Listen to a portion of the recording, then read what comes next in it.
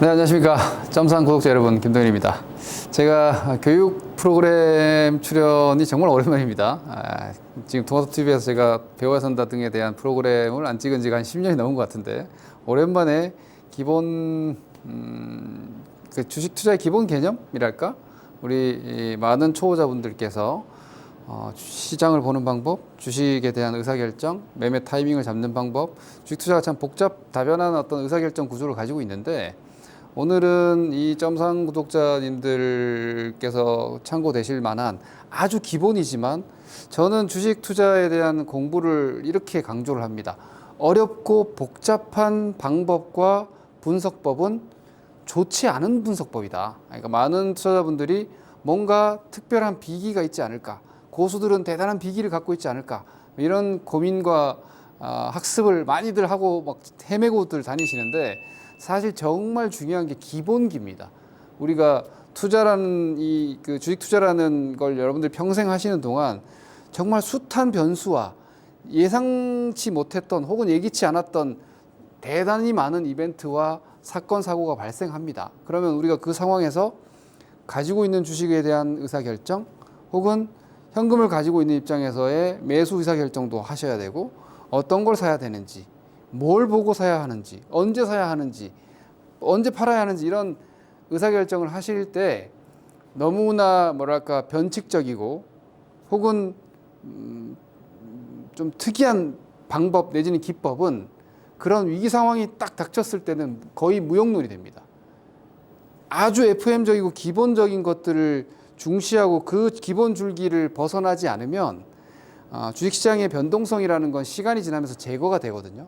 그러면서 결국은 뭐 실적 혹은 경기의 구조에 맞게끔 주식은 수렴하게 되어 있고, 우리가 산업을 공부하거나 주식을 분석을 하는 데 있어서도 그런 기준들을 가지고 하시면 저처럼 주도주들을 계속 잡으실 수 있고 좋은 매수 매도 시점을 포착하실 수 있게 됩니다. 오늘은 그런 내용들에 대해서 세 가지 파티션으로 좀 말씀드리겠습니다.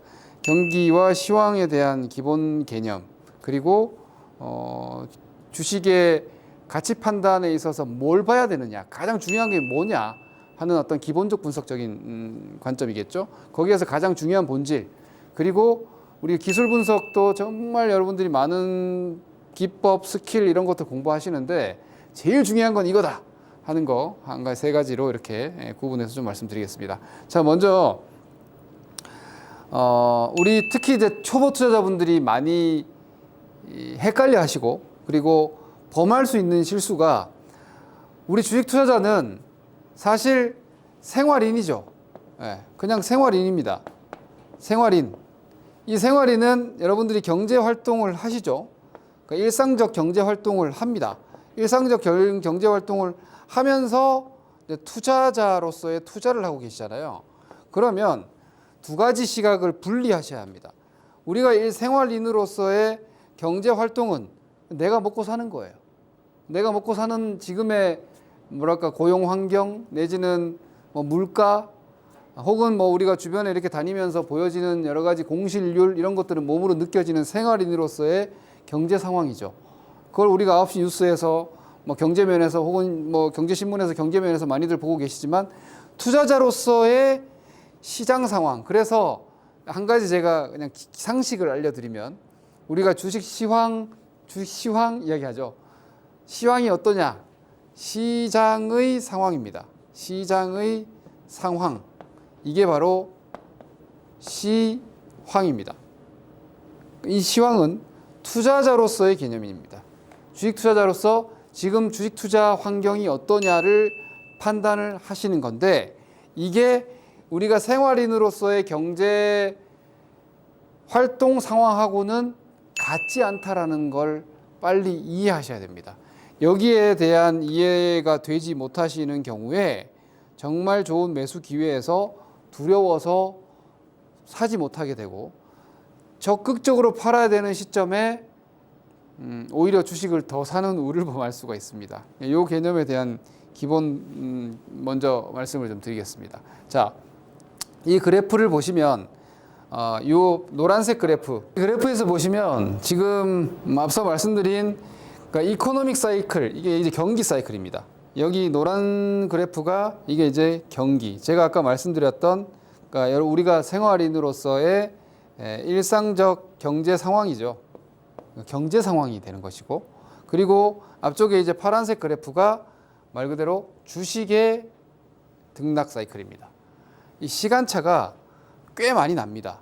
다시 각각 정리를 해서 한번 보시면, 자, 바닥이 경기의 바닥은 여기인데, 경기의 바닥은 주식의 바닥은 여기입니다. 이 주식의 바닥이 나와 있는 시점이 경기로는 경기가 하강하고 있는 국면이 되죠. 반대로 경기가 바닥에 있는 시점, 우리가 현재 경제 상황이 최악이라서 너무너무 힘들고 먹고 살기 힘들고 주변에 뭐 망하고 막 힘들어서 막 뭐 파산하는 뭐 사업체들도 많고 그런 환경일 때 주식시장은 좋습니다. 이미 좋아진 상황입니다. 이걸 사실 약간 후행적으로 확인하게 되는데 이게 왜 이런 현상이 일어나느냐면 우리가 여러분들이 뭐 많이들 알고 계시지만 이 세상은 좀 더 이제 고도화된 금융 시스템화 되면서 메인 스트리트보다 월 스트리트가 훨씬 큽니다. 훨씬 큽니다. 그러니까 실질적인 메인 스트리트의 경제 활동 규모보다도 금융시장에서 글로벌 금융시장에서 환시장, 채권시장에서 혹은 뭐 여러 파생시장에서 움직이는 이 월스트리트의 규모가 월등히 크기 때문에 이 월스트리트의 포지션에 따라서 후행적으로 메인스트리트가 따라오는 양상이 되는 것이고 이 월스트리트라는 금융시장의 요동과 환경에 따라서 정책이 먼저 움직입니다. 이게 이제 소위 얘기하는 유동성 통화 정책이 되고 요즘은 이제 금융위기 이후에는 통화 정책뿐만이 아니라 금융위기 팬데믹을 겪으면서 재정 정책까지도 여기에 가미가 돼서 여튼 중앙은행이 정부가 돈을 풀어주는 기준이 메인스트리트가 아니라 월스트리트이기 때문에 이 월스트리트의 상황에 입각한 유동성의 조절이 그 월스트리트의 상황에 맞춰서 먼저 움직이고 그게 이제 시중의 유동성 통화가 풀리면서 실물 경기가 후행적으로 따라오는 구조가 돼요. 그래서 왜 이런 거 있죠. 나는 힘들어 죽겠는데, 난 지금 먹고 살기 힘들어 죽겠는데 주식이 올라가. 그럼 우리가 어떤 생각을 합니까? 이건 잘못됐다. 이건 위험하다라고 매도를 하실 수가 있는데, 자 보시다시피 앞서 말씀드린 대로 지금 경기가 최악의 바닥 국면에 있는 상황에서 주식은 이미 바닥을 치고 충분히 상승을 해서 순환매까지 금융주가 올라갔다가 이제 테크주까지 옮겨 타면서 순환매까지 진행되는 과정인데 내가 먹고 사는 실물 경기는 너무 부진하단 말이에요. 그럴 때 우리 개인 투자자들이 어떻게 하느냐? 매도를 합니다. 매도를 하십니다. 여기서. 그러면 상승 초입 국면에서 매도하는 최악의 실수를 범할 수 있다는 거죠. 그럼 우리는 어떤 걸 봐야 되느냐? 내가 지금 월급이 뭐 혹은 고용이 지속되고 있느냐, 혹은 주변에 이제 힘들어서 뭐 퇴사하거나 혹은 뭐 사업체를 접는 분들이 생긴다, 이게 중요한 게 아니라 우리 주식 투자자는 시장에 지금 경기 상황이 어떻게 되고 있고 이 경기 상황에 맞춰서 유동성 흐름이 어떻게 가고 있느냐, 소위 얘기해서 금리가 어떻게 되고 있느냐, 그리고 주식시장의 주변 유동성이 이 금리 혹은 재정 유동성이 어떻게 진행되고 있느냐에 따라서 그러니까 이 주식시장이 선행하는 방향성을 예측하셔야 됩니다. 방향성을. 이 너무 어려운 얘기죠. 경제학자도 아니고 뭐 그렇게 시험 잘 보는 경험이 있는 것도 아닌데 어떻게 예측을 하느냐. 자, 제가 제일 쉬운 방법을 알려드리겠습니다. 가장 쉬운 방법은 뭐냐면 이제 전 세계 금리의 기준은 요즘도 여러분들이 이 부분이 좀 막 헷갈리실 텐데 중요한 기준을 말씀드릴게요. 전 세계 기준금리는 전 세계의 기준금리가 돈값입니다. 그러니까 미국의 금리 혹은 미국의 이자가 전 세계의 돈 값어치라고 생각을 하시면 됩니다. 그러니까 돈을 빌려주는 돈값의 기준은 미국의 기준금리입니다. 그럼 이 미국의 기준금리가 지금 어떻게 움직이고 있느냐를 놓고 볼 때 미국의 이 잠재 성장률을 같이 보셔야 됩니다. 미국의 잠재 성장률을. 우리가 지금을 예를 들면 이 기준금리가 지금 5.5%죠. 5.5%죠. 높아요. 높은데 어떻게 유지가 됐느냐? 긴축이 그렇게 아니에요. 왜냐하면 미국 시장이 실질적으로 잠재 성장률이 2%대지만 실질 미국의 GDP 성장률이 5%까지 나왔잖아요.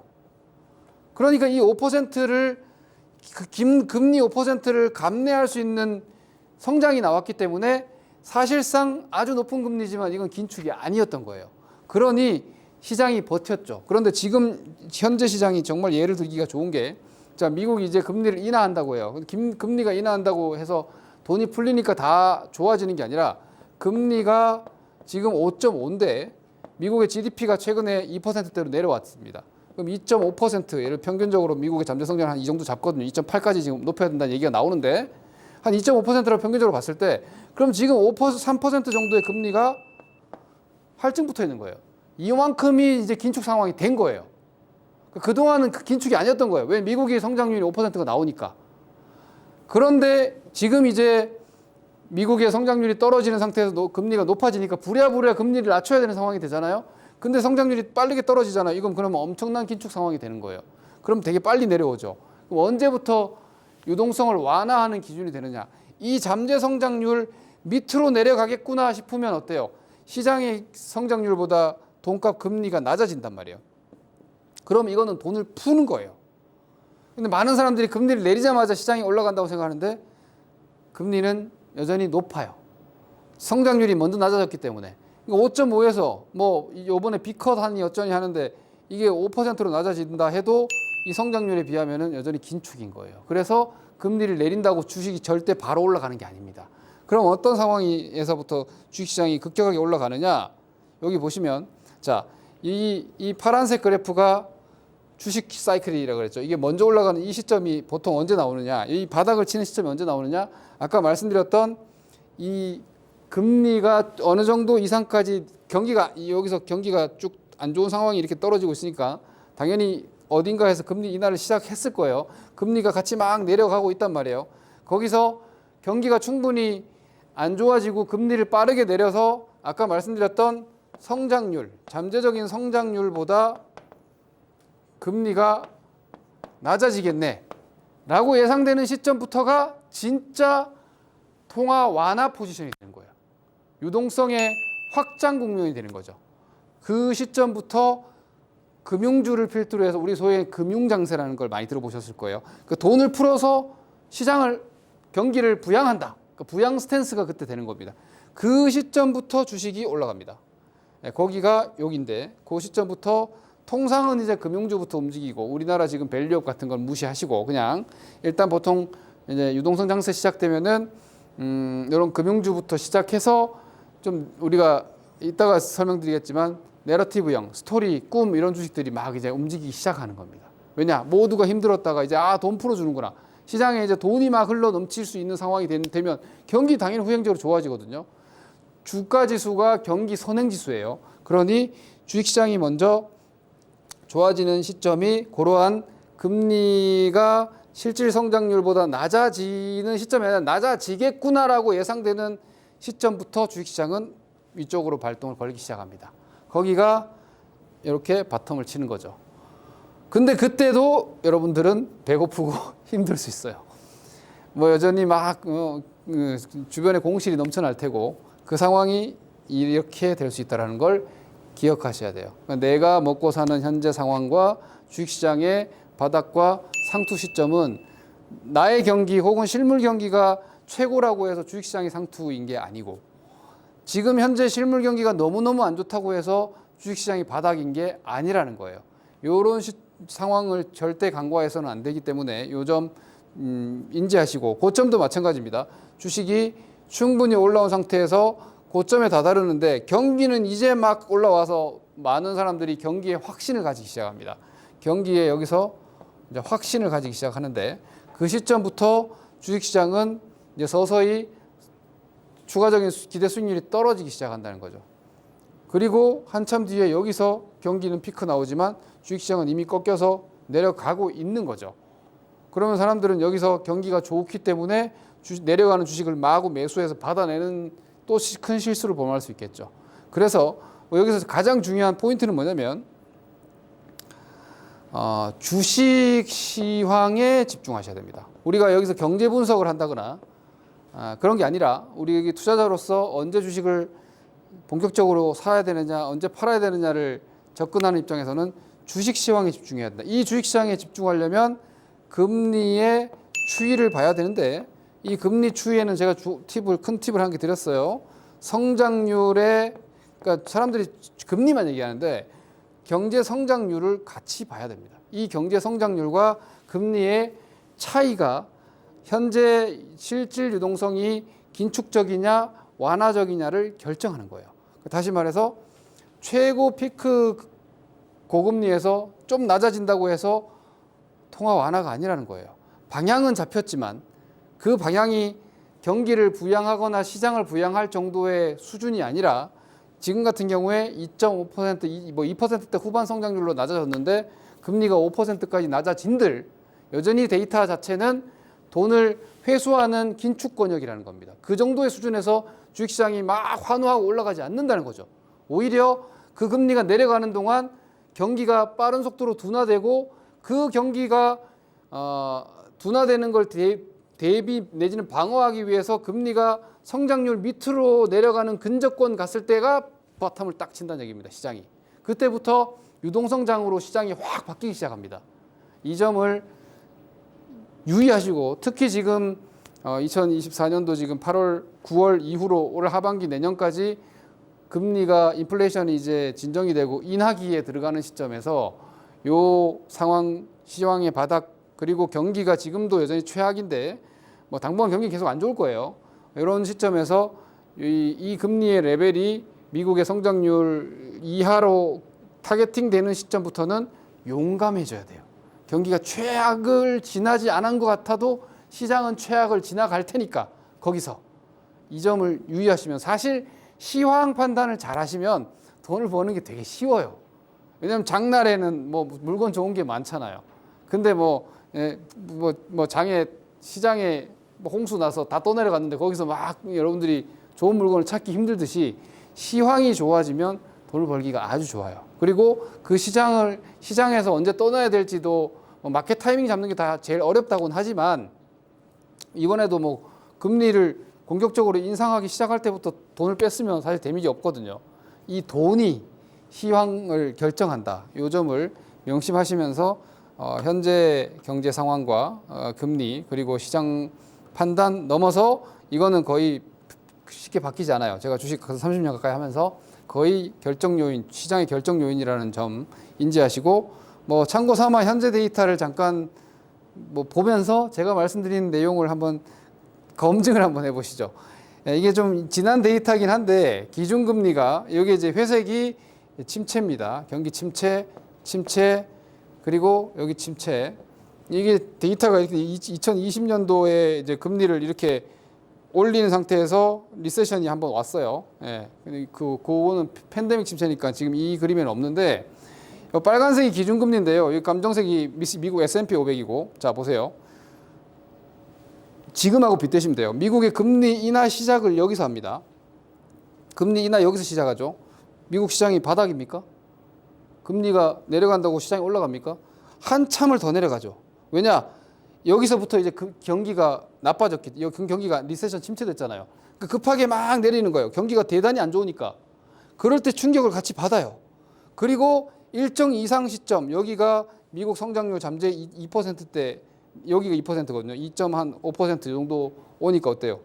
이 금리 이렇게 내려오니까 시장이 갑자기 하락이 딱 멈추죠. 그죠? 그리고 금리는 더 내려가요. 이제부터는 거기서 금리 데미지를 입지 않아. 오히려 이제 완화다. 이제 돈을 푸는구나. 올라가죠. 올라갑니다. 그리고 금리를 쫙 올리니까 여기서 다시 또 쫙 내려갑니다. 시장이. 이게 돈으로 유동성을 컨트롤하고 그 컨트롤하는 유동성으로 이 월스트리트의 유동자금에 따른 자산 가격이 올라갔다 내려갔다 하는 거거든요. 그리고 나서 이제 긴축을 하니까 다시 꺼지죠. 근데 또 침체가 오니까 또 금리를 내립니다. 금리를 내리니까 시장이 같이 떨어지죠. 근데 일정 시점 또 보세요. 또 여기 2%대 내려오니까 시장의 하락이 멈추죠. 더 내리니까 랠리. 그리고 더 내려서 여기 물론 금융위기가 있긴 했습니다만 제로금리 가서는 이 제로금리 효과로 대세 상승을 하죠. 시장에 돈을 풀면 시장은 갑니다. 이때도 여러분들의 경기는 힘들고 험악하고 뭐 이런 구간이 계속 있어 왔어요. 그렇다고 주식시장 절대 못 가는 게 아니라는 거. 제가 제일 주식을 거의 공부를 안 하거나 관심이 없는 분들한테 제일 많이 듣는 얘기가 지금 경기 이렇게 안 좋은데 주식 다 팔아야 되나?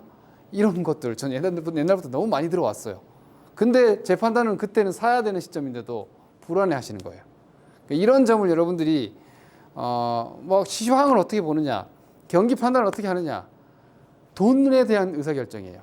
그러니까 내가 현재 일상에서 느끼는 실물 경기와 두 가지 포인트, 느끼는 실물 경기와 월스트리트, 우리는 월스트리트에서 매매하는 거예요. 미국 월스트리트가 아니라 이 금융시장에서. 이 금융시장 환경은 다르고 이 금융시장 환경을 결정짓는 것은 결국은 글로벌 유동성이다. 이 글로벌 유동성은 단순히 풀어주느냐 회수하느냐가 아니라 성장률에 비해서 지금 돈을 회수하는 거냐 완화하는 거냐의 의사결정을 하는데 그 기준 라인을 미국 기준금리와 미국 잠재 성장률 정도를 공부하셔서 보시면 큰 시장의 방향을 크게 틀림없이 가질 수가 있습니다.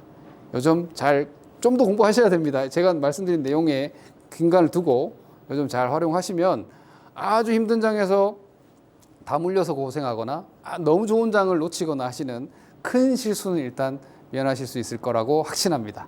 참고하시기 바랍니다.